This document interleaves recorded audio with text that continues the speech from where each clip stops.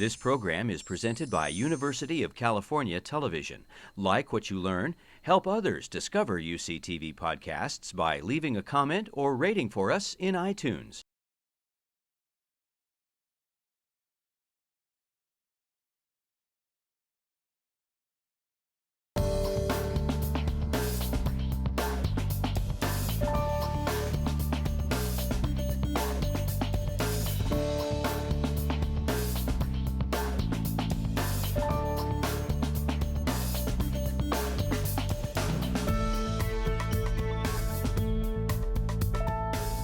The title of my presentation is Detection of Clinically Relevant Variants in Autism Spectrum Disorder. I think it's a little bit different than the title I gave you when you first contacted me, which was So Many Genes in Autism, Why. It's essentially the same question, I just phrased it a little bit differently. I'm going to try to cover a lot of ground, so I'm going to move relatively quickly, but I'll try to draw out some common themes and messages that we can discuss at the end of my presentation. So I'd like to give you some background on, and just general observations, the current state of genomic studies in general and in autism. I'll talk about, secondly, about copy number variation in autism spectrum disorder, or I'll call ASD, a model to study rare CNVs and mutations as risk factors in disease. And then I'm going to talk about our most recent whole genome sequencing data in autism. And this is unpublished data, and much of the data I'll show you is actually unpublished, but in particular this section is entirely unpublished. And then just make some wrap-up comments under the general grouping of a view from 44th parallel north. Some of you seem to have got the joke, but if you draw a line across the Canadian-US border, that's the 44th latitude north.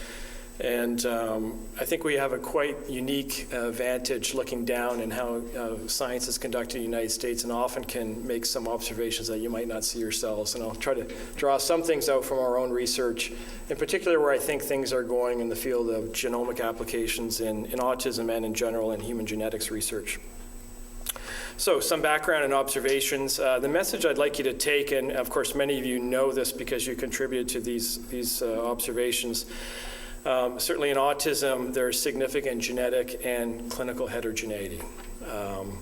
Everything I will tell you really points to that and needs to take that into consideration and needs to draw from that when we try to design the next set of experiments or diagnostics or treatments going forward. Why do we perform research in autism? I think this is most important because there have been many false hypotheses followed in the past that ultimately the truth will be found in scientific investigation in autism and other neuropsychiatric, neurodevelopmental disorders. In particular, earlier detection of ASD and related conditions can benefit health outcomes. Better understanding of the causes of autism will benefit medical management, and I hope to give you some examples throughout my presentation. And ultimately, due to this significant heterogeneity that we see in ASD, targeted individualized approaches may be the way forward in clinical management. And then ultimately, from the basic science perspective, to understand human development, because the characteristic features in autism, that is cognition, speech, and behavior, are those features that make us most human. And human as a species. And I think the understanding of this condition really will provide significant insight into certainly the genes and proteins that are involved in these unique traits. So I'm a PhD trained scientist, and this is how I like to view things. You'll see this Venn diagram kind of approach come up in many of my slides. As many of you know, autism is a heterogeneous spectrum disorder involving impairments in 3 domains of function. And I presented these as bubbles with a gradient of intensity of the color attached to them. Of course, the 3 impairments are social communication deficits, restrictive repetitive behaviors, and language deficits. And if one has certain scores on different tests that are administered for testing for ASD, you can be grouped into these different subcategories: Asperger's syndrome, autistic disorder, childhood disintegrative disorder, or PDD-NOS. And of course, as of this year, the DSM-5 groups these under ASDs. But what's important, and this will come up in many of in many of the data that I show when we look at families, is that when you look at even identical twins that have the same genome, you can have quite a wide range of the clinical presentation of ASD. And often there will be individuals who are subclinical, so-called broader autism phenotype, overlapping attributes that may be lesser in phenotypic manifestation that may exhibit features that are seen in other neuropsychiatric conditions, et cetera. So I think one has to really think about this when you're thinking about how the samples are ascertained. Most of the data I'll talk about are from research cohorts that we've been studying for 10 to 15 years that were collected using ADI-R and ADOS gold standard type criteria. And I'll talk a little bit at the end of my presentation of how we moved out into primary diagnoses by physicians and caregivers and looking at the difference of the genes that may be involved. So also there's many coexisting mental and health conditions. This is data from a recent study that came out of the province. I live in Ontario, which is the largest province in Canada. So in 14% of cases, we see attention deficit, sleep disorders, and roughly 15% learning disability, 22% depression, 28% anxiety, 45%, and then in what I just group as health conditions, digestive system disorders, and 47%. And then what was grouped in this report, brain and spinal conditions, in particular epilepsy, in upwards of 50% of cases. So I think if you look in the literature, depending on what's being tested for, you'll see different associations, but things like intellectual disability, epilepsy come up pretty much across the board in all studies. And I think this is really relevant. The issue of how samples are ascertained with respect to these research studies is critical. And one of the take-home messages I'd like you to take from this presentation is that, in fact, I think we're looking at really the bullseye from that Venn diagram in my last slide when we're teasing out which genes are involved. And when we start to ascertain other cohorts and other types of studies, we may see other subsets of genes or allelic variants that may be contributing. So this is another Venn diagram showing really in a rough way what we know about the genetics involved in ASD, the so-called genetic architecture. And this is consistent data if we were to take, say, 100 or so consecutive diagnoses from we've done this actually from Newfoundland, a province on the east coast of Canada, and run very detailed clinical assessment, run clinical microarrays, done karyotyping, and now done exome sequencing, and these are roughly the statistics we see. So then roughly 10% of cases we would see a so-called ASD-related syndrome, Fragile X syndrome, which of course is studied extensively here, tuberous sclerosis, PKU, Rett, Timothy, Potocki-Lupski, and in total there's 108 different categorized syndromes that have an ASD or an ASD-like clinical presentation. So it is, in a way, a medical genetic condition, at least in some cases. Rare chromosomal abnormalities in roughly 5% of studies, again, depending on how these cases are ascertained, including 15q11.1 to q11.3, et cetera. And more recently, using microarrays, rare copy number variants, or CNVs, roughly in an additional 5% of cases, in particular chromosome 16p11.2, deletions and duplications of 7q11.23 and others, and I'll come back to this a little bit later. And then more recently, rare highly penetrant genes, mutations typically found at the sequence level, although some of these are also detected by the rare CNV approaches, including neurexins, the synaptic scaffolding, SHANK genes, et cetera. So in total, I think we can usually see maybe 15 to 20% of a genetic explanation for a naive clinical cohort that would be tested in these different ways. So, of course, there are the twin studies that indicate heritability estimates may be ranging in 50 to 90%, depending on the study.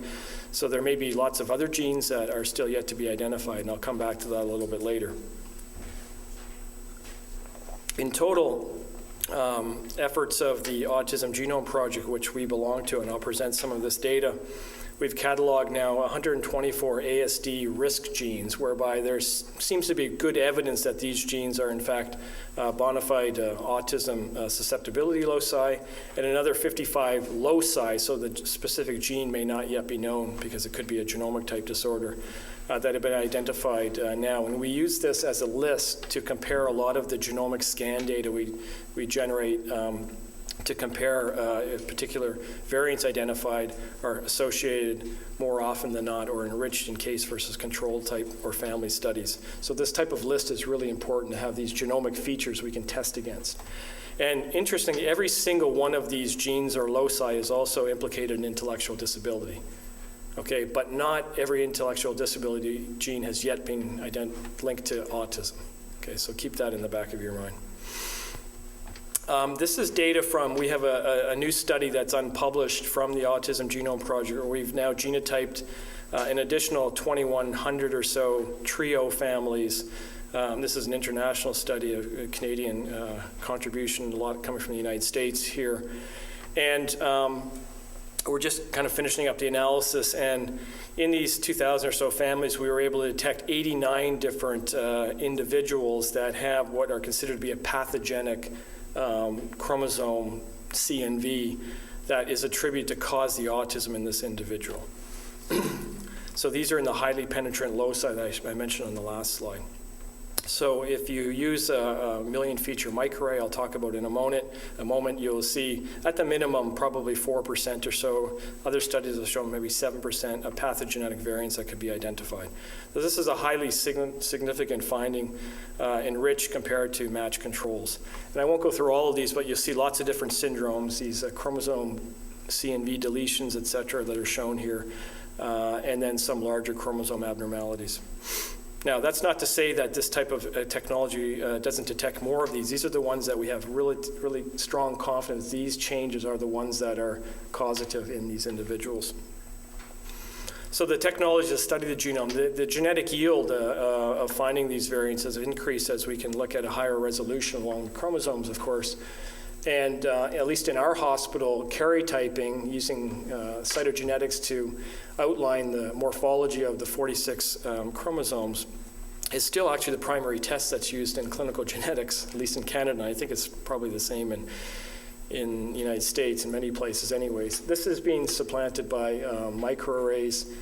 In 2007, the first million feature arrays were introduced. And now in our research lab, we typically run 2.5 million feature arrays for most experiments. And the introduction of clinical microarrays occurred when the price came in the range of karyotyping, so roughly $300 or $400 per test. So now, as I'll talk about later, we're running thousands of clinical microarrays in our hospital diagnostic laboratory. So in Canada, DNA diagnostics is done in the hospitals. And now more recently, of course, we can sequence the gene encoding regions of the genome, or exome, the protein coding regions, or the entire genome at differing prices. It costs us roughly $1,000 to do an exome sequence, which is about 1.6% of the genome, and roughly $2,500 to a whole genome sequence. So I would argue that these technologies, which of course are higher resolution because of the increased coverage, will move into the clinical realm as they start to approach the price range of the microarrays, and of course with quality and yield of data. Well, what I wanted to point out, and I don't have a lot of time to talk about this is what the basic research side of my laboratory does a lot of, is genome annotation. Even if you have a whole genome sequence, for the aficionados, I'm talking 40 to 50x coverage across the entire genome, and you use the tools that are available now, and compared to the gold standard human genome sequence, which is actually Craig Venter's genome sequence, which was the first identified individual sequence using Sanger technologies, long read, and compare the annotation from Complete Genomics, which we do a lot of whole genome sequencing with. They have the best annotation. There's still lots of variants missed, okay? So we're really good at detecting single nucleotide variants, but when it comes to finding these insertion deletion variants and CNVs, we're missing roughly 50% of them. So this is just a plot showing 79 genomes from actually parents of autism, of ASD kids, and comparing that to the size distribution recovered compared to the Venter genome annotation. So it's just a point to say, even though we're generating a whole genome sequence, it doesn't mean we have all the variants yet to do the association testing, but that will come with time. So this is, I think, probably one of the most interesting findings that hasn't got a lot of attention in the literature. Many of you are aware, of course, of the many studies that have done CNV screens of different cohorts, like the Simons collection and the AGP collection and AGRE, et cetera, and others. And then, of course, there was exome sequencing. There were 4 major papers published last year that in total sequenced roughly 600 trio families, and then what I've done is added here another 100 unpublished samples from our data, our unpublished data. And the take-home message here is if you compare the top 10 loci that come out of the CNV screens, and I'll hone on this a little bit later, so don't ruin your eyes looking for the list, and then the top 10 shown on the right from the exome studies, they're essentially mutually exclusive. Okay, I've actually kind of fixed the data. It doesn't really matter in the list. There's only 4 genes that come out in 2 or more unrelated cases when you do the exome sequencing, looking for what are called predicted loss of function damaging mutations, and I'll define that a little bit later. So this was really compelling to me. That tells you a few things. One is that there's lots of genes out there. We don't have a lot of data yet, at least from the exome, that validates that these mutations are indeed bona fide autism, identifying autism risk genes. And also, perhaps there's different mechanisms contributing to the impact at the expression level or the genomic level, leading to the pathogenicity.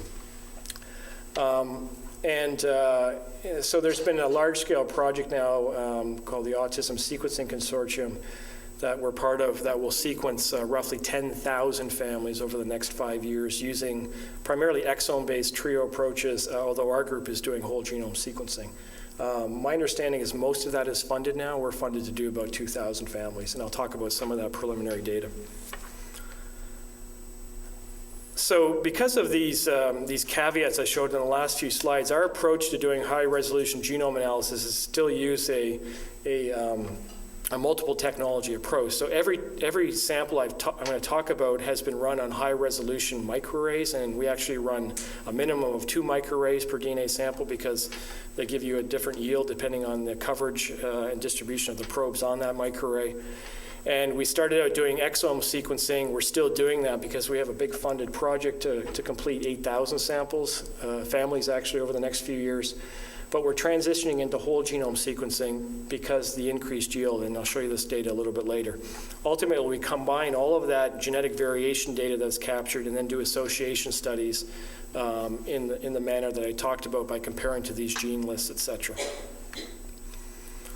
Okay, so let's move on to the copy number variation in ASD, section 2 of my presentation. So these are the top 6 highly penetrant risk genes, or CNV loci, that are identified now from most of the population studies that have been conducted. Actually, what I did on that previous slide is I combined the Autism Genome Project data and the Simons data because they were run on the same microarray, the Illumina 1 million feature array. Both high-quality studies, did a lot of validation, good data, and it was easy to combine them because they were run on the same technology. And from that, I picked the top 6 loci that come out.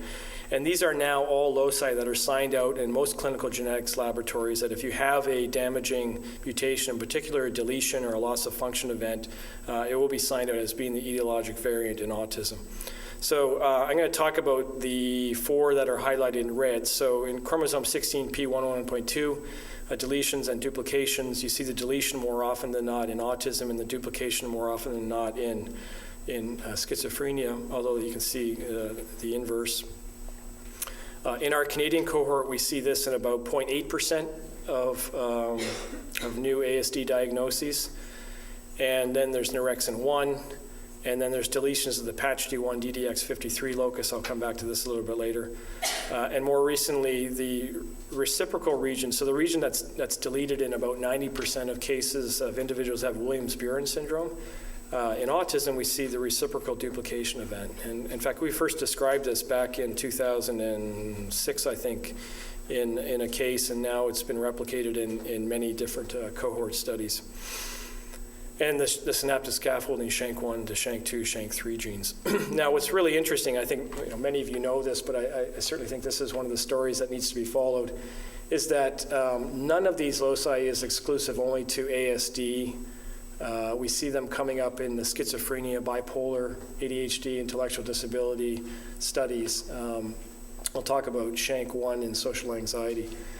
So it doesn't appear that any of these loci, or perhaps the PATCH-D1 DDX53, are specific to ASD.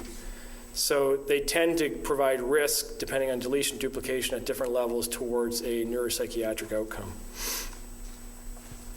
And there have been some functional studies performed. We did some work with Gudrun Rappold's group in Germany to model some of the mutations in the SHANK2 locus by, in this case, overexpressing point mutations in an autosomal dominant negative manner to show that synaptic spine volume is reduced in this ASD mutation. And of course, other studies in Rett's and Fragile X and others have shown related mutations lead to differences in the spine volumes that presumably are the underlying contributor to the phenotype. I just showed this as one example, but this is, of course, one of the areas that needs a lot more development because we can readily identify these candidate risk mutations, but then we need to actually often do functional experiments to confirm that indeed they are contributing. So this is the general model that I'd like you to think about when I present some of this genome-wide data we talk about here. I've labeled this primarily as CNV events, but it could be any damaging mutation we're talking about. And on the x-axis is really the site in the genome, so the gene or the locus that's involved. And then on the y-axis is the susceptibility to ASD. And then in the general population, there's a given risk. So the ASD threshold, males are closer to this threshold for perhaps reasons unknown, maybe evolutionary reasons, genetic reasons, behavioral reasons. Females are lower. And then the idea is that if there's a specific genetic event in certain genes, it may push you across this ASD threshold. So these are the loci that I'm referring to, at least a subset of them, and are so-called highly penetrant mutations that, in fact, in autosomal loci, typically it doesn't matter if you're male or female. If you have this damaging mutation, it will push you across this ASD threshold. So it poses a hypothesis that if you look at these highly penetrant mutations, you would come closer to a 1-to-1 ratio in male to female versus the 4-to-1 that's typically seen in the population. And I'll show you in a moment, our data is starting to show that trend, although the numbers are still a little bit low. So these are the chromosome 16 changes, et cetera, I talked about. And then there's other events that we see more often enriched in cases versus controls, but we do see them in controls in some cases. But so these seem to be more risk factors, and it may be, in fact, that gender plays a role in their expression, or it may be that other mutations need to be involved, or it could be environmental contributions that give that kind of final push across this gray threshold that's shown here. And then there's other variants that appear at more of an equal frequency in cases and controls. It may be a relatively small enrichment in cases over controls. And these are less penetrant. They typically present in variable expressive kind of presentation in families where in some cases carriers have the phenotype, in other cases they don't. And then there's the vast majority of the rest of the genome, where it doesn't matter if your copy number variable, you might have some other disorder, but it has no relation to ASD. So as I pointed out, and then I'll talk about the X chromosome, of course, if the gene is on the X chromosome, females can be protected because they have 2 copies. Okay, so just to come back to what I was mentioning earlier, really plays into the ascertainment of how the samples are collected, the study design, et cetera. We see, again, in every single case where we're looking at an ASD locus, an intellectual disability locus has been found as an ASD locus. In some cases, some of these loci are identified in ASD cohorts or ASD-related cohorts, and then in other cases found in different disorders. So we've started to look at, in these larger cohorts where we have gender information, of course, and where we have high-resolution data, and we have parents, we started to look now to see if this issue of the highly penetrant mutations starting to approach an equal 1-to-1 ratio male to female. And the key in doing this type of study is you have to have relative confidence in calling what a pathogenic CNV, a highly penetrant CNV is, based on that population genetics data I showed on the last slide. So the take-home message from this slide is, although again the numbers are small, when we look at the latest data we have from these 2,100 families, when we can identify the so-called highly penetrant CNVs, we're coming into the 2-to-1 male to female ratio, whereas in the cohort we're at 6-to-1 male to female. So this is kind of interesting. It supports our hypothesis. As we get more and more data, we see this starting to level out. I'll show you some results a little bit later why it will never be one-to-one, because there are some autosomal loci that only express in an autism phenotype in males. Okay, so we think that it will keep getting closer, but probably never equilibrate. Another interesting finding, I don't have the slide here, but in the Simons study published by Saunders et al., they looked at the de novo SNV rates in the cases that had de novo presumed penetrant CNVs, and the SNV rate, albeit again a very small sample size, is much less reduced, suggesting that in fact that CNV is the event that is pushing that individual across the ASD threshold.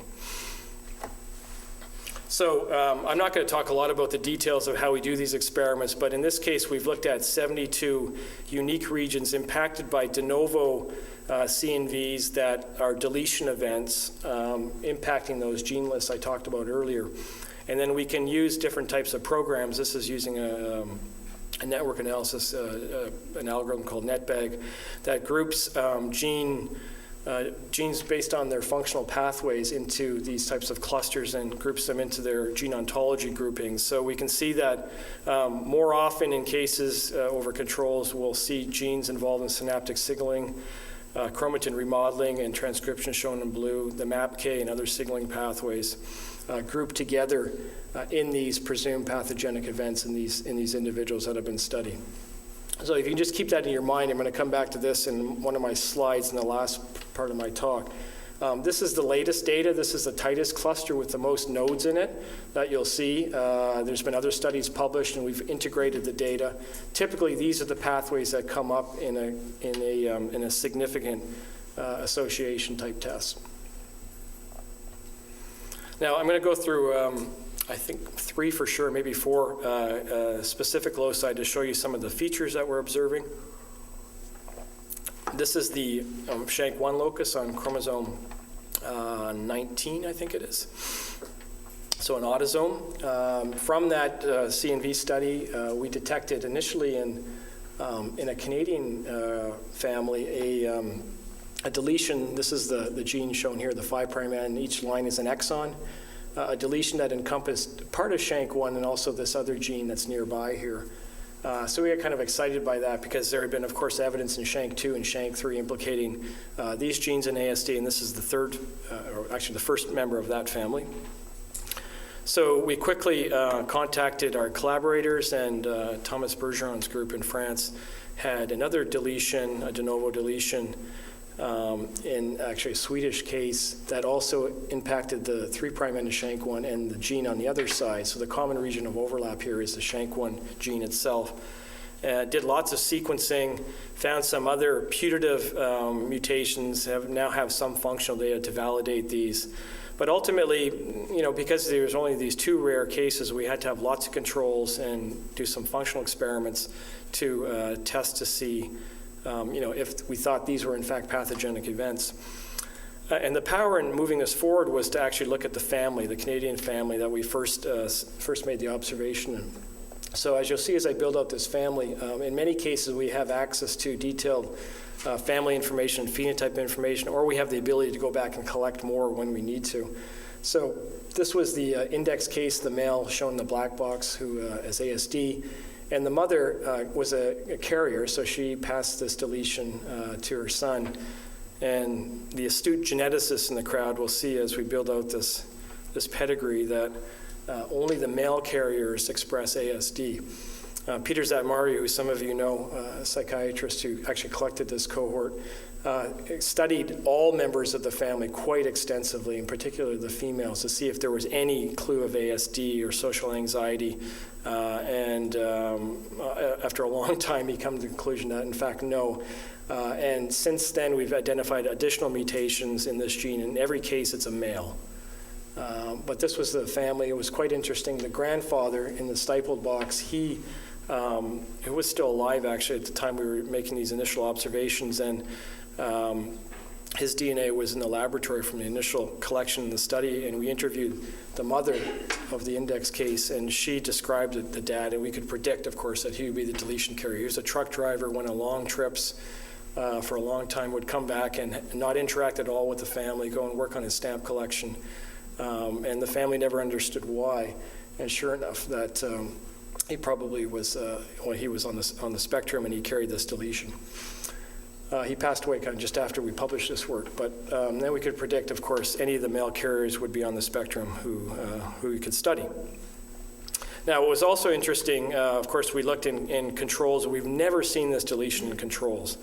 So why some individuals are more severe on the spectrum and others are not, we don't see this at all in controls. So we think this is a highly penetrant mutation, but we can't really predict the severity based at least on the data we have at the present time. For the molecular biologists in the crowd, we did this experiment. We initially found the CNV using microarray screening at relatively the same time we were doing exome and whole genome sequencing. I targeted this family because we were testing technologies, and just by coincidence, we picked the right one. But we did exome sequencing and found what would be considered to be a so-called pathogenic mutation, a stop mutation on chromosome 5 in the protocadherin HGA11 gene, which is actually one of these risk genes that comes out from whole genome association studies of common genetic variants. And interesting, again, this is on a different chromosome, chromosome 5. It co-segregates with the phenotype. So so we've sequenced lots of other patients. We've never seen this come up in our microarray or exome data. So we think it's just randomly associated. But had we only had the exome data, we probably would have made the false association. In fact, that was the pathogenic variant. And the probability of this happening, by random chance is actually 1 in 262,000. So depending on how you look at it, we got lucky or we got unlucky. But the point is that you need to have as much information to make the proper call. So this is the second example. So this is the top third, the third locus that comes out. We see this in roughly deletions in this locus in roughly 0.6% now of our males in our Canadian cohort. I'll walk you through this. So these are the kind of maps that I look at all day, and a lot of clinical geneticists are starting to look at. This is your chromosome. This is the length of the chromosome here shown in, I think these are probably 10 kilobase segments or so. This is the patch D1 protein coding gene, so there's 3 exons here. We had done a study, it was eventually published in 2008, where we found a deletion in one family that knocked out part of the patch D1 gene, and that's shown here, and this was an ASD family. And then in our genome-wide scan that was published by the AGP in Nature in 2010, the algorithms were designed to look for only protein coding CNVs, genes affected by CNVs, not non-coding RNAs or non-genic regions. So in fact, when we looked for other things, we found that there was this cluster of CNVs, deletions that skipped upstream, some cases up to 600 or 700 kilobases away from the protein coding gene. And we found these in males.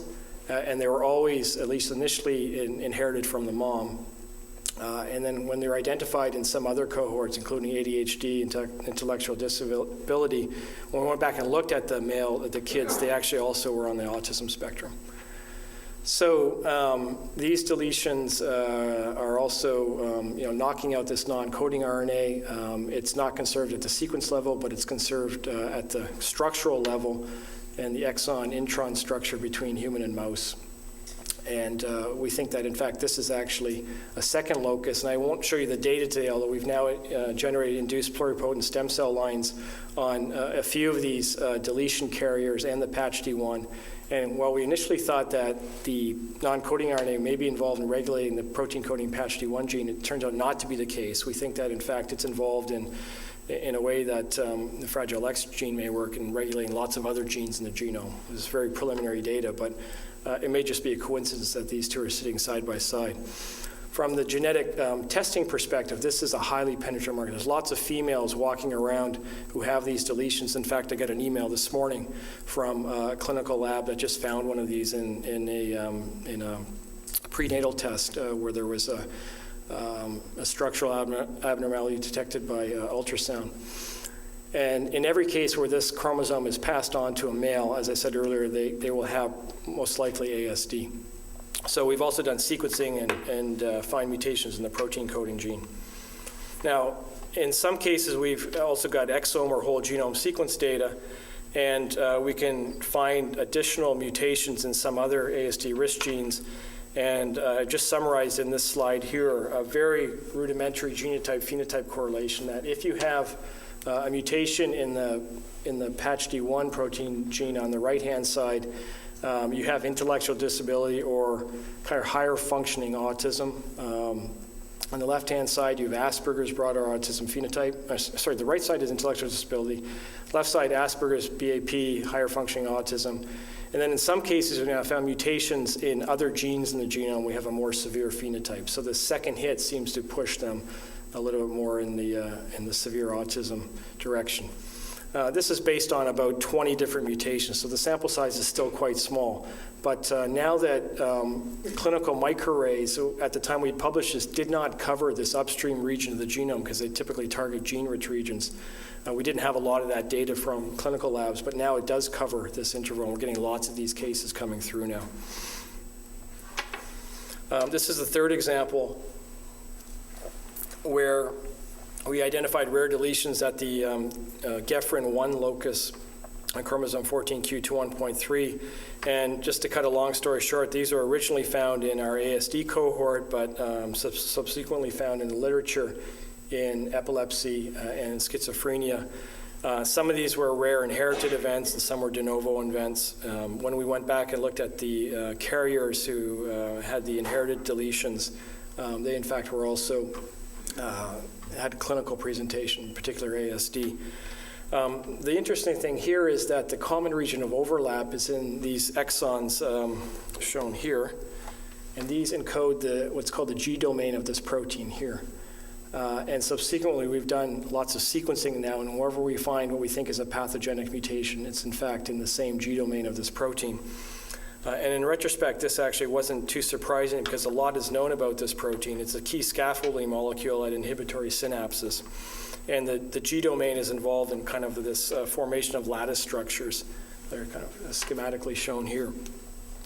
It's been known actually in clinical genetic setting that recessive mutations in GPHN cause stiff man syndrome. From genome-wide screens, we see heterozygous deletions in schizophrenia and neuroligin 2, which is one of the binding partners. Neuroligin 4 come up in autism, and the ARHGF9 in epilepsy and intellectual disability. GABA receptors that are also interacting here in epilepsy and autism. And I'll come back to this at the end of my talk. There's this beautiful study that has shown that, in fact, cellular stress induced by seizures actually can affect the messenger RNA encoded by this gene. So this could be an environmental contributor that's detected, in this case, at the genetic level. And then if you group these protein products into a functional network, you can actually predict perhaps which other genes we may find mutations in later downstream. So this is a so-called functional network developed based on human protein interaction data from model organisms in yellow, and information from pathway databases in blue. And in this boxes are the genes that have already been identified to be involved in these different neurodevelopmental conditions. So, you have ASD, intellectual disability, schizophrenia, epilepsy genes all in the same network, and you could predict probably that you'll find mutations in one of these conditions or something related once we look deep enough in other cohorts. Okay, so I think it just poses a few questions. Why do we see mutations in the same network in so many different clinical presentations? Of course, one explanation could be that these clinical presentations are in fact a disease continuum, and we've kind of artificially grouped them. And perhaps one could argue that maybe we should use the genetics to help redefine, at least in these individual cases, what the phenotype should be categorized as. Okay, so I'm going to move on to the whole genome sequencing part of my presentation. I'm not going to talk a lot about our exome data. I mentioned the 100 cases we added to these other published studies. We're finding interesting things, but we really had this problem that the yield wasn't as great as we had hoped. So why were we considering transition to whole genome sequencing? As mentioned earlier, there's estimated to be over 100 risk genes involved in autism. So if you wanted to try to actually model multigenic contributions, again, you have to have the best technology to capture all of the variants possible. We know that CNV studies and exome studies yield different genes and loci, as I talked about.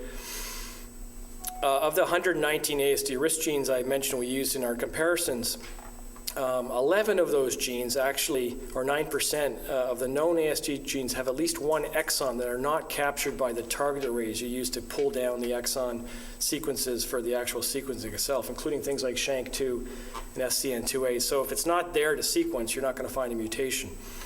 And in roughly 5% of our Canadian cohort, there's mutations that have been detected, or presumed mutations in the introns, in intergenic regions. I talked about patch D1. There's a well-characterized region in the intron of orexin-1 that is pathogenic. It's been shown in family studies now. And non-coding RNAs, the patch D1 antisense, et cetera. And of course, there's the issue of 25% of families on the spectrum. I didn't talk about the exome studies that have been published. I'd only looked at de novo mutations. So one has to also look at rare inherited mutations. And then many of the ASD risk genes are on the X chromosome. And of course, there's this 4-to-1 male to female gender bias, suggesting also the X chromosome needs to be studied. And again, most of the exome studies don't give you sufficient coverage to deal with this 50% reduction when you're looking at males versus females. So we've been able to resolve that using the whole genome sequencing approach.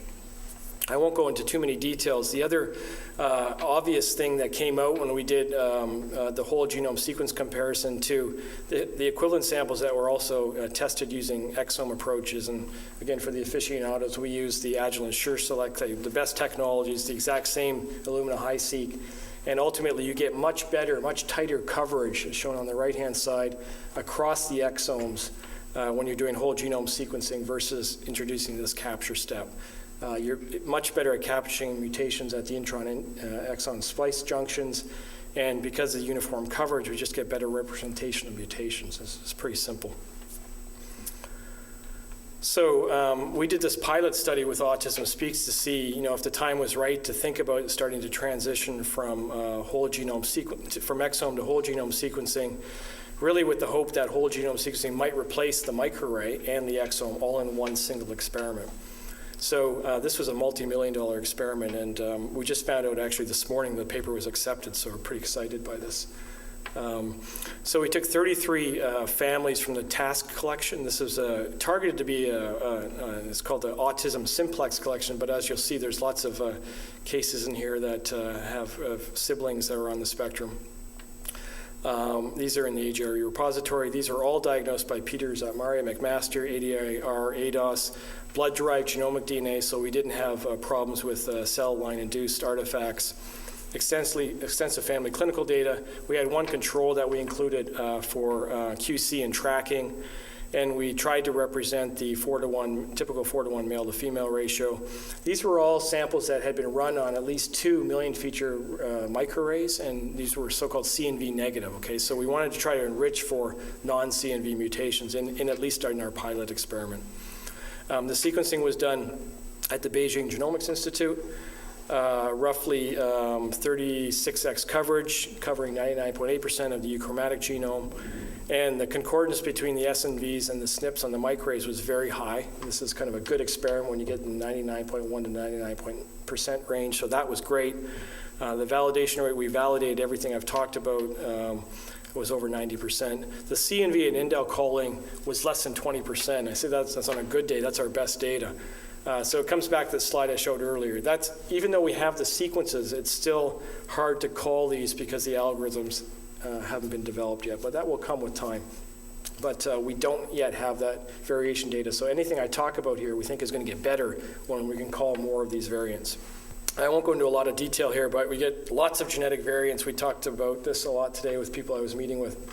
But I think the most interesting feature was we found 1.3 exonic de novo, what we call damaging mutations per ASD individual using whole genome sequencing, and this compares to the 0.77 to 1.19 depending on the study from those 4 exome papers I talked about earlier. And this is largely, as far as we can tell, a result of just getting better coverage across the exon that I showed in the previous slide. It doesn't have anything to do with the ascertainment as far as we can tell based on the male, female, the age, or anything like this. It's really just a technical issue.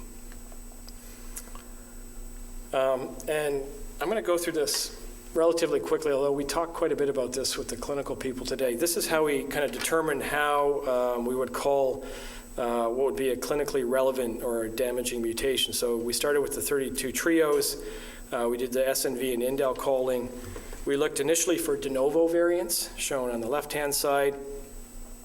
We did a curated annotation, so there are standard kind of algorithms one used in tools, a program called GATK. Ryan, my postdoc, went through and actually hand annotated all this, and as I'll show you later, we would pull out some mutations that were filtered out. We looked at inherited and X-linked variants. Again, the quality of the sequence and the coverage gave us the ability to do this, and also autosomal inherited variants.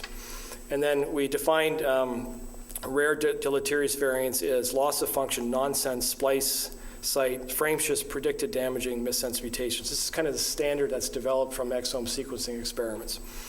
Then we perform extensive medical annotation by comparing to databases, animal model databases, OMIM, these candidate gene lists I talked about, and then wherever possible we did family segregation analysis and genotype-phenotype correlation.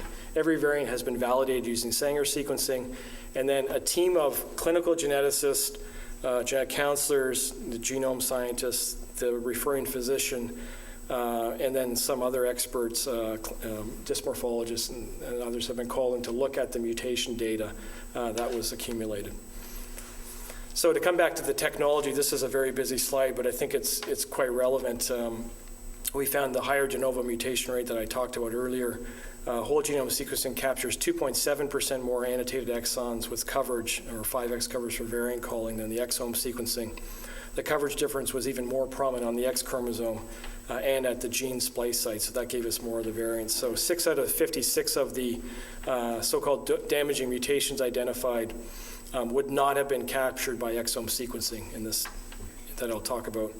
The manual annotation I talked about going into the X chromosome de novo variants that would have been filtered out led to another 5.3% yield. And then 11 of the 119 genes would have had one exon or more missed by the exome capture. That's what we estimate here. So then, as I mentioned earlier, we haven't called all the indels and CNVs because we just don't have the tools to do that in a robust manner yet. So the yield will just get better over time. The exciting thing is we found in about half of the families, in 16 out of 32, deleterious genetic variants that may have implications for clinical management and genetic counseling. So this moves us from the 12 to 19% realm. If you look at the exome studies published that include microarray and exome sequencing, including our own data, up into the 50% range. This has to be replicated. It's very exciting, but this is our first kick at the can. We found de novo mutations in 6 out of 32, or 19%, using the exact same criteria that were performed in the exome papers, and X-linked or autosomal inherited alterations in 31% of the ASD probands. So I'm going to pick, I think I have 4 families that I'm going to take you through here, but I could tell equal stories actually for the 16 where we found what we think are clinically relevant variants. This is a summary of the genes associated with ASD. There are the known genes where mutations have been already described in autism or intellectual disability. The candidate genes where there may be other supporting evidence in a case in the literature or from the exome studies, or novel genes based on overlap with human OMIM genes, and then also mouse phenotype database, which we actually use quite extensively in this comparison. It was in a productive way. So mutations of interest were found in 16 families in which 5 carried more than one presumed loss of function alteration, deleterious mutations in 10 known ASD genes in 10 families, 8 candidate ASD genes in 7 families, and 4 novel genes were found in 4 families. And then highlighted in asterisk are the genes with de novo mutations in the proband. And as I said, we're just starting now to look at the non-coding, intragenic, and other variants, so the yield will get higher. So here are the 4 examples I wanted to highlight because I thought some of these genes might be interested to some of you in the audience here. In the first case, we identified a de novo nonsense mutation in the autosomal Gephyrin1 gene.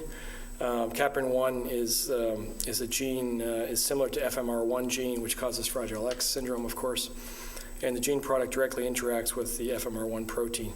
In this case, the age of diagnosis was 7 years old. There's also OCD, fetal distress, bowel, breathing problems. And this de novo mutation was identified, which we've now found in 2 unrelated cases, mutations in the same gene in another study where we've gone and done sequencing. So we think that this result, had we had it earlier, may have informed on family risk in this family. The gene discovery would have potentially led to earlier identification.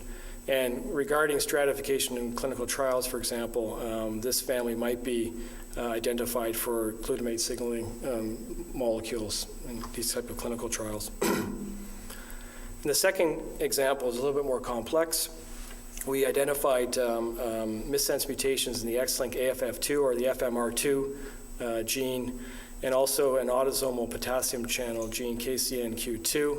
So what you can see here is the 3-generation family. So as I mentioned, AFF2 is also known as FMR2, and in this case, it's inherited from mom. And then the KCN gene is coming from dad, who's actually Asperger's syndrome. And as you can see, the female sister is a carrier of both of these mutations. We've gone back and looked, and she has perhaps subclinical features, but the interesting point, of course, is that she's fully loaded, so when she has her kids, she needs to be monitored quite closely.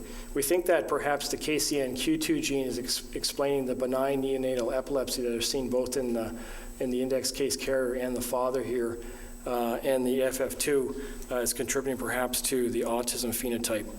But again, this is a complex case where we see inherited variants coming from both sides of the parental lineage.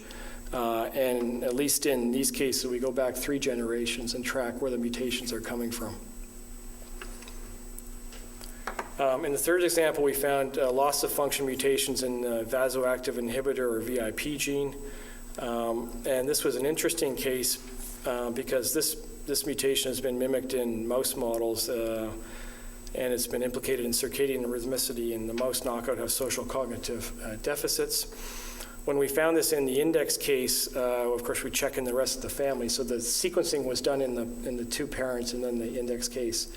And we found the equivalent mutation in the male sibling, who at the time of collection was too young to actually be tested. But this was several years ago. And went back and talked to Peter, and sure enough, this boy has subclinical autism. When he called him back in, actually had a full diagnosis. So we think this is probably arising due to gonadal mosaicism in probably the father in this case. And so this might have been an interesting example where the detection of the mutation may have informed on the clinical risk in the second-born child. And apparently there's antagonist drugs for VIP that are used in cancers that might be considered as a treatment in this family. But again, just identifying that having the pathway involved can inform on the drug treatment possibilities. And then the last example I'll show you is really kind of a neat case where we detected a deletion in the SCN2A gene. This is a sodium channel gene that's coming out in quite a few epilepsy and autism studies now. And in this case, we found, as I'll show you in a moment, a deletion of 1 single exon. And we found 2 affected female carriers, a parent de novo deletion exon 18, which causes a frame shift of the rest of the protein. And again, the question is, was this germline mosaic? It turns out that when we look closely at the whole genome sequence, the dad seems to also carry the same mutation. But we could never validate it using Sanger sequencing or quantitative PCR or anything. And more recently, we've done some other experiments, and we think we can show now that there's been an insertional transposition of that segment of DNA in a different chromosome. And these 2 female SIBs are carrying now the essentially unbalanced derivatives of that event. So having the sequence actually probably has helped us resolve the complexity of the underlying genotype here. And I'd like to show this example, because SCN2A was one of those lists that are not totally covered by the exome capture approach. And irrespective, it's almost impossible to call deletions of single exons using exome data. It's just very hard technically to do this. In this case, the breakpoints are actually in the intron, flanked by repetitive sequences. So we wouldn't have found them by microarrays because it's too small. We wouldn't have found them by exome sequencing. It was really the whole genome sequencing that allowed us to find this small exonic deletion. Okay, so then just some wrap-up comments. I actually don't remember how many slides I have here, so let's see how it goes. I wanted to point out that at our hospital, we've really moved towards genome-wide studies, which has generated a lot of unbiased data that we can use in these kind of clinical comparisons. And this is a slide depicting the increase in use of DNA, RNA, clinical microarrays, exome sequencing over the last couple of years. In particular, I'll show you examples of how we're now exploiting the existence of the clinical microarray data to support and drive our research studies. And I think the same will happen as we start to do exon sequencing or whole genome sequencing in the clinic. There's this issue of neuropsychiatric phenotypes associated with CNVs. In clinical genetic setting now, these loci are being signed out both in prenatal and postnatal assessments. And if you look at even the most characterized loci on chromosome 22q, 15q, 1q21, you have this spectrum of phenotypic outcomes at the same locus affected. Of course, there could be other genetic contributors involved, but I think this issue of penetrance and variable expressivity of the phenotype of defined mutations is something that we need to study a lot more of. I'm not sure how far we're going to get on this, but I think there will be some progress as we get more higher resolution sequence data, et cetera. We actually turn this to an advantage to increase sample sizes and to get at this issue of perhaps there is this continuum of phenotypes across neuropsychiatric, neurodevelopmental disorders. And our group and others have taken the same approach. We ran the same microarrays I talked about for our autism study on ADHD cohorts and autism cohorts, and then compare the data.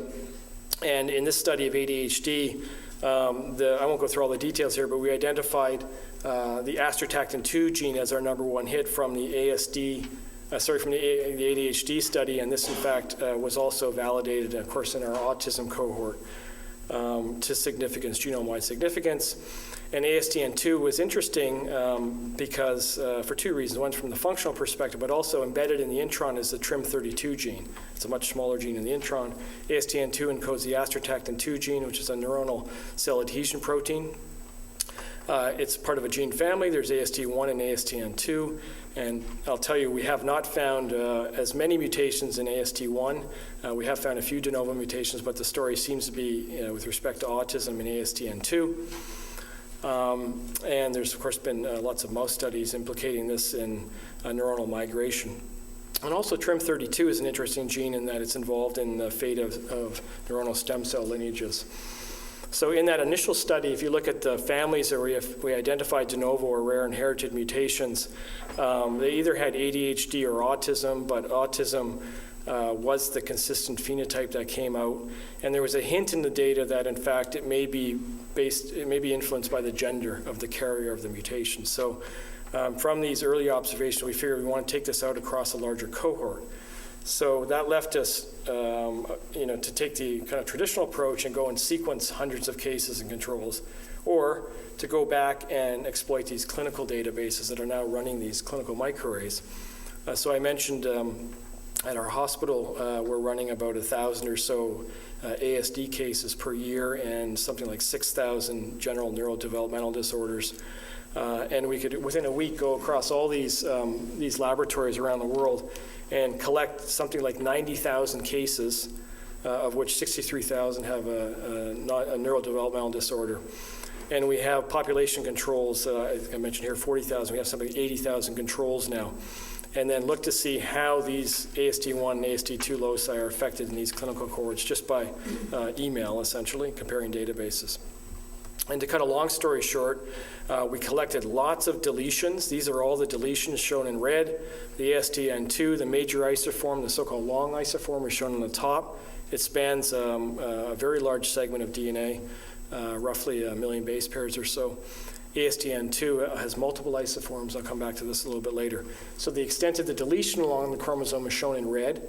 In the top panel is the male carriers, and the bottom panel is female carriers, male controls, female controls, and then controls of unknown gender. The take-home message from this study is we saw significant enrichment of ASTN2 exonic deletions in male NDD patients versus female patients.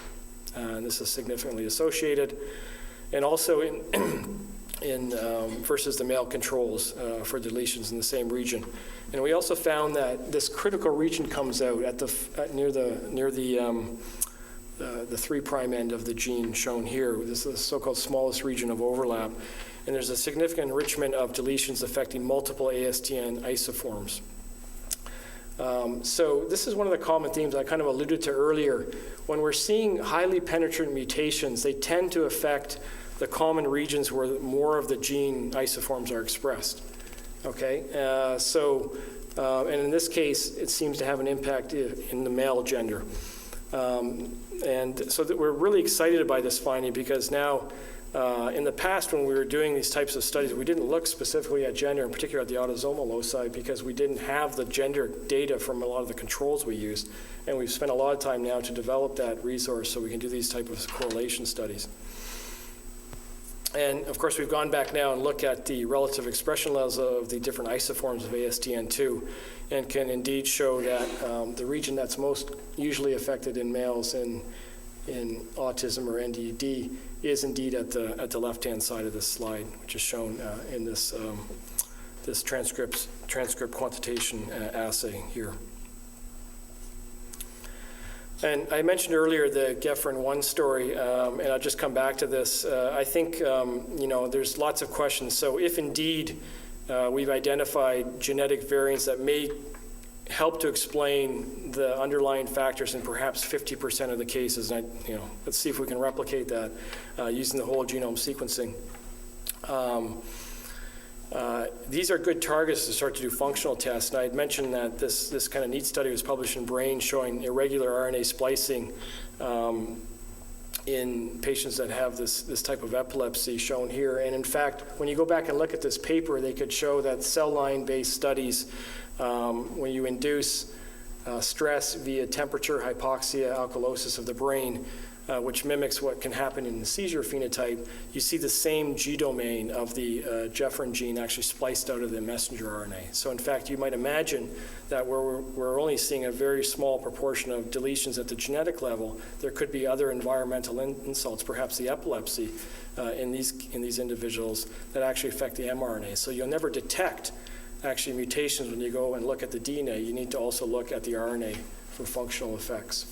So I think this was kind of a neat way to think about the environment, and I would say in this case the environment is a small e as opposed to what I like to think of as a capital E when we think of environmental toxins, for example. And then just a few more slides here. From this new data, I talked about the 2,100 or so CNV families that we'll be publishing on soon. We wanted to come back and look at this issue of the CNV locus overlap with the loss of function mutation data coming from the Exome projects. And shown in this Venn diagram are the different groups of data. So the CNV data shown in red and the SNV data from the Exome studies shown in blue. The ASD mutation data shown in the ASD gene list we're typically using, and then some other studies from intellectual disability. And the take-home message here, there's not a lot of overlap of these genes, as I showed earlier in that table, that come out when you do this comparison. But if you start to group these proteins based on their protein-protein interaction pathways, in this case using a program called DAPL that allows you to test for this, you see a significant enrichment actually in protein-protein interactions of 1.5-fold increase in this case over what would be expected. And this is kind of a fancy slide that's similar to the one I showed you earlier, the networks, and it essentially shows that these genes that were previously not overlapping are being pulled into the same network.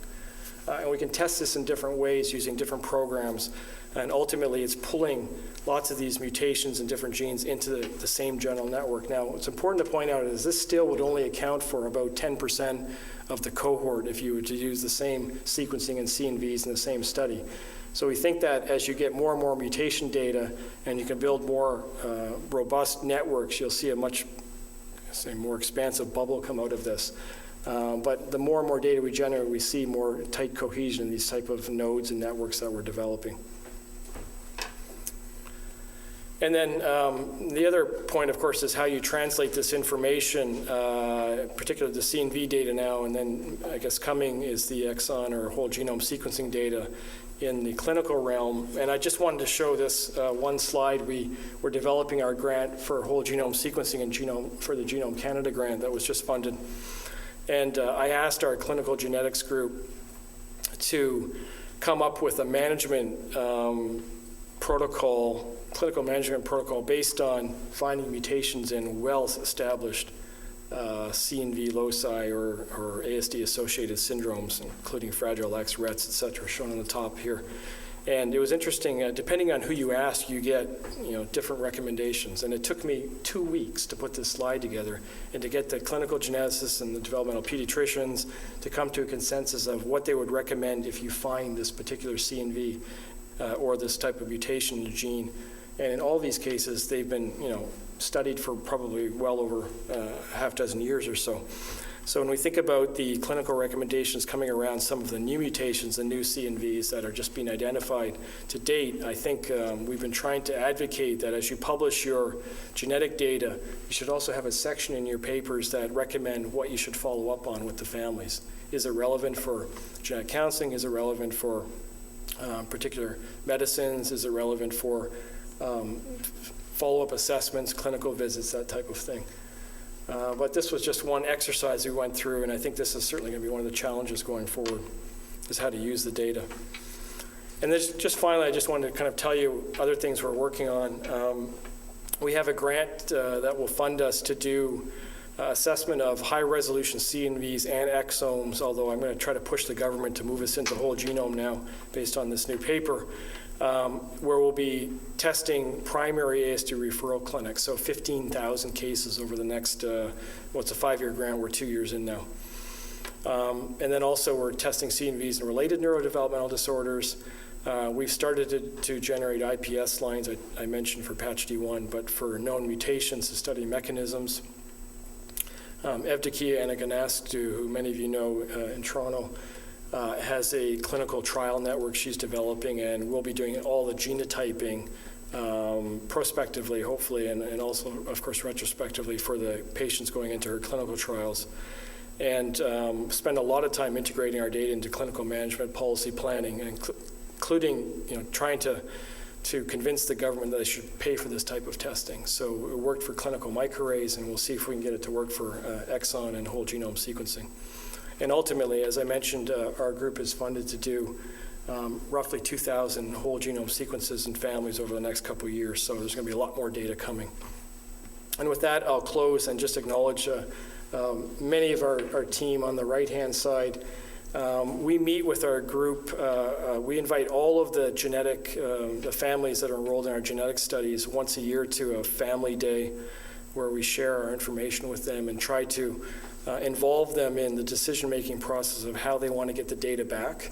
And also, in many cases, when the timing is right, we talk about how we want to actually present the data in our papers and how to publish it, in particular because there's always a lot of media associated with these papers, and we want them to get the data before they read about it in the newspapers.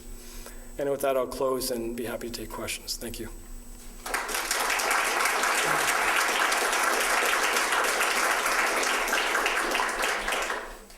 Once you know the genes in those pedigrees, does it help you get understand the specific phenotypes in those families? For instance, like the VIP where you had a circadian rhythm gene, do they have more sleep abnormalities or any other examples like that? So that was a good example where, Ryan, the postdoc, did this, went and looked at the mouse phenotype, and I don't remember the specific clue that came out of that paper, but he went back and looked in the mutation carrier, and it was exactly the same. It was the circadian rhythm phenotype. I didn't talk about, in a lot of cases, we had the CHD7 came up, charge syndrome mutation. It was a parental carrier, came from the dad, went back and checked, and in fact he had charge syndrome. He also had Asperger's, it was undiagnosed. And the boy who was the index case went through clinical genetics and had a diagnosis of a charge. So it was after mutation was found. The Kalman syndrome was an interesting case where there's not really anything in the literature, at least that I could find, linking Kalman's to autism. But at the time, that child had an autism diagnosis, but lots of other challenges. He went through 8 different clinics. And the week we found the mutation, he got actually a Kalman diagnosis the same week. So had we had that in advance, we would have saved that stress. So there's lots of these examples. In many cases, we've identified carriers and gone back and found that, in fact, they're subclinical or they were never assessed and they're actually on the spectrum. We talk all about this in the paper. I know we had talked about this earlier, and also a few of you. I would say, I don't have the quantitative data for this, but in almost every single case, when we identify one of these rare mutations and we look in the family, and we identify who's the carrier and go back and look, they would fit some type of a diagnosis. Yeah. Do they ever help inform treatment for this Oh, children? yeah. So for the Kalman syndrome, it helped focus the steroid treatment. For the ASD, I think for the seizures that we're seeing, I'm starting to inform on the treatment, mainly from the genetic counseling perspective right now. So from the whole genome sequencing, so 50% of them had what you describe as pathogenic mutations. Does that mean that we're getting to the limit of genetic contributions to the etiology of autism, and that by implication that the other 50% is going to be more environmentally induced? Right. So this, we're really conservative when we look at this data. We very carefully worded in the paper better than I probably did in this presentation. So the 50% yield can be attributed to some of the clinical presentation in that patient. In almost every case, other than the Kalmans, it links back to the ASD. The Kalmans itself may be linking to ASD, we don't know yet. So it could be a syndromic form. But if you look at the mouse data, some of the mutations may be contributing to social anxiety, for example. And there could be other mutations there. But at least in these 50%, we would use the standard clinical reporting criteria that something would be reported back to the families. But I don't think in every case this is the cause of autism in that individual. So that's yet to be seen. But are we approaching the yield? If you look at the missing variants still, so that's why I showed you that slide, 50% of the intermediate size indels, CNVs are still not annotated. So there's going to be a lot more there that are detected as we have the ability to find them. Will it account for 100% in our cohort? No. How far it will go, we don't know yet. Since you find that women are carrying these mutations, but then it passes through to the male son, is it also passing through to the female children, and therefore we will see a continuation of the mutation passing through the generations?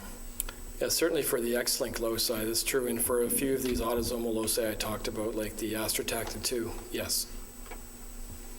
It's interesting now, I've been talking to a few of the clinical people.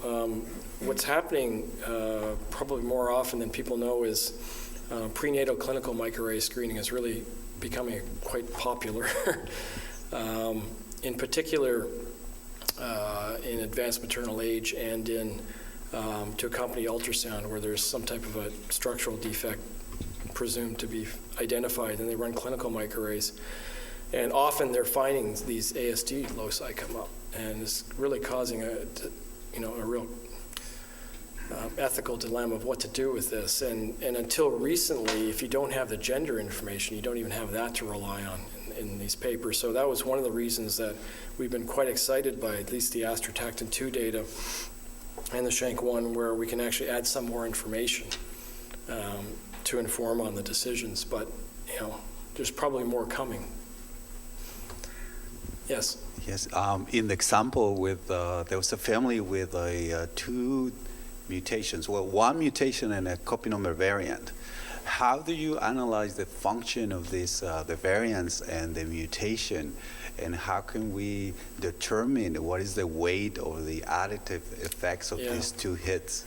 So we used that algorithm I talked about, to compare the to the known genes and to the extent of the mutation, that type of thing. Everything we're using right now is population genetics approach or the family-based segregation analysis. So we're not doing any functional, mutation by mutation functional analysis. It's just, for us, we can't do it. So that kind of thing, we wouldn't sign out on, we were talking about this afternoon, we wouldn't sign out on that additional mutation. We would include it in the report, typically as a variant of unknown significance that needs to be monitored and followed. But we wouldn't sign out that second mutation as a pathogenic event. It's very tricky. And of course, the real challenge is as the literature develops, you need to be able to go back and iteratively assess what's in the literature and then reinterpret the data and get it back to the families. And that's going to be the real challenge in genomic medicine. I don't know if that's the family that Ray was talking about, but you had one with a 64 kb deletion and additional mutation. That's the SHANK1. I think he was talking about the patch D1. Oh, the patch D1. I think. But the one with 64 also has an additional mutation that was segregating along the family, and everybody had it. But the females didn't show the phenotype, but the males did. So, sorry, go ahead. No. So then, how can we say these two probably contribute to the phenotype if we don't see it in the female? No, it's the second one. I argued that it does not contribute to the phenotype. So, and that's just again based on lots of sequencing and cases. And we've never seen a mutation in that gene in anything else we've studied. So. Yeah. So also, if I may, I have another question. So you show the different technology right now, CNV, exome sequencing, and whole genome sequencing, but it seems that there are limitations, obviously, for every the single approach. So what is the strategy then when you start? You mentioned that in your new study you are proposing to do CNV and exome sequencing, but then you might miss something. But then at the same time, and if you do also with a whole genome sequencing, you miss something if you look at the expression of, for example, the gene. Yeah. So either way, there is something that we're going to miss anyway, right? It depends how much money you have, right? Yeah. So that's why. So if you had to go, what is the best strategy to go for? Well, I showed you in that slide, in integrated, run the microarrays and do whole genome. But that's 2.5 times more expensive doing an exome. I think that we were talking about this afternoon too. The original exome papers that came out last year, they were really rushed, and when you go back and look at that data, they're finding a higher mutation rate than they originally reported. But it's still not approaching what we're getting for the whole genome sequence data. So it's an issue of it's a cost benefit. And we need to do that type of analysis. So I think we're doing this on a research basis now where we have a grant to pay for it. We had already budgeted it out. I would argue that if you can only run one technology, I would say you should run the clinical microarray. It's more, you get a better yield than this, at least in our hands, an exome. If you had to do two and you had $2,000, you do CNV and microarray and exome.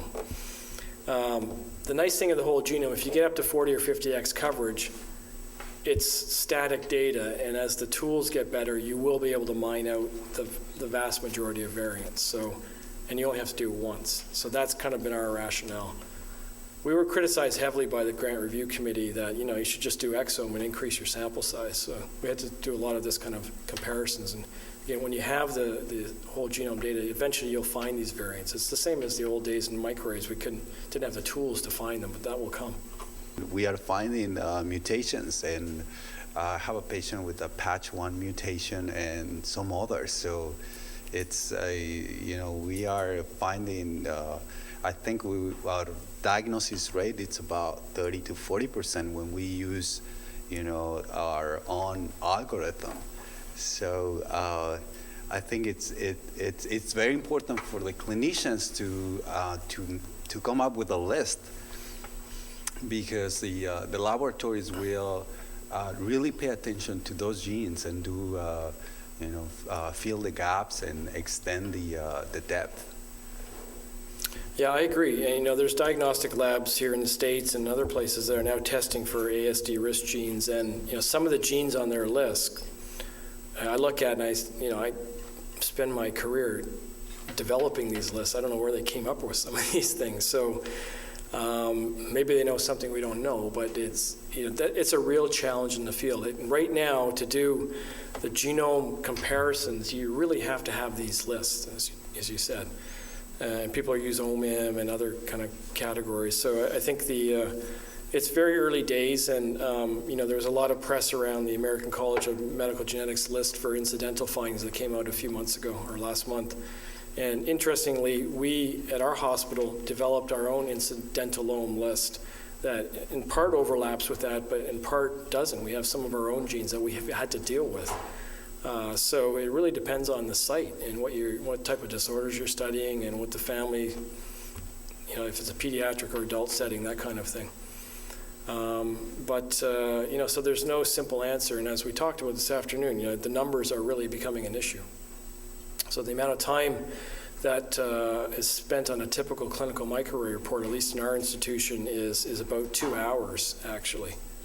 I think that's too long. You probably do it an hour, but for the exome data, they're spending 4 or 5 hours, I've heard. I don't know what they're going to do with the whole genome data, that's the way it's going. I was just wondering if you were doing any whole genome sequencing on childhood schizophrenics. We're not. Ann Bassett, who's in Toronto, has some families she's doing whole genome on. But I don't remember if they're pediatric cases or not. And the other question I had, just as an example, in the 22q11 deletion where you have the phenotypic differences, any sense on why one is autistic, another one is psychotic? Do they have other CNVs associated with them that might explain the phenotypic differences? Well, that's a good question. We published a paper with, actually, Anne, a few years back where we asked that question. We took the 22q deletion syndrome and in particular those that had schizophrenia, and we tested using higher resolution microarrays to see if there was any other loci that could explain the more complex phenotype, for example. And we did not find any significance. And then there was a paper in Nature Genetics by Evan Eichler's group that looked at other loci. They found the same thing when they looked at 22q, that there was no second hit association, but in other loci like the 16p and that, in fact, you saw a more severe phenotype when you had an excess burden of CNVs elsewhere in the genome, which makes sense. It's just more genes affected. So the 22q is a tough one. It's been studied for a long time. We see duplications in 22q more often in autism than deletions. I think that's something. But it's very strict genotype-phenotype correlations in these genomic disorders, I think, is going to be pretty tough. The UC Davis Mind Institute was created in 1998 with a promise to find cures for neurodevelopmental disorders. Every day, our physicians and researchers come closer to fulfilling that promise. Their groundbreaking research on autism, Fragile X syndrome, chromosome 22q11.2 deletion syndrome, ADHD, and other brain disorders are helping children achieve their fullest potential. Please visit our website to find out more about current studies, upcoming events, and how you can help make a difference.